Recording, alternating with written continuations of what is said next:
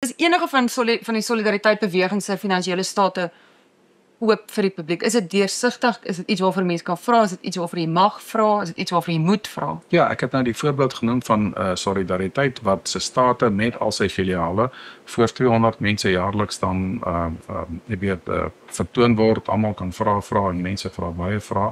En daar's ook ander verskillende maniere hoe mense inspraak het. Weet hulle as ek vat nou kom ons van die hoofraad van Solidariteit het 'n onafhanklike auditkomitee en 'n audit en risikokomitee wat ook dan na die state dan kyk, ook na die filiale sin kyk, maar wat ook gebeur is daar is in die beweging is daar al hierdie organisasies het finansiële bestuurders, hulle kom gereeld saam en kyk na mekaar se state en kyk wat se beste praktyk hulle by mekaar kan lewer.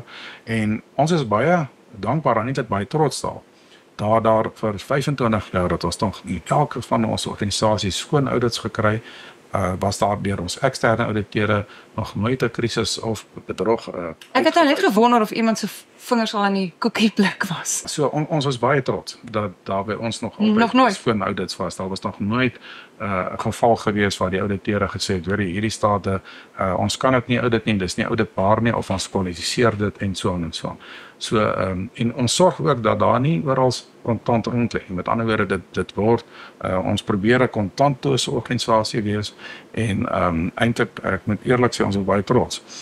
Daar is baie min organisasies wat kan sê vir 25 jaar het hulle nog nooit gekorrigeerde audit gekry.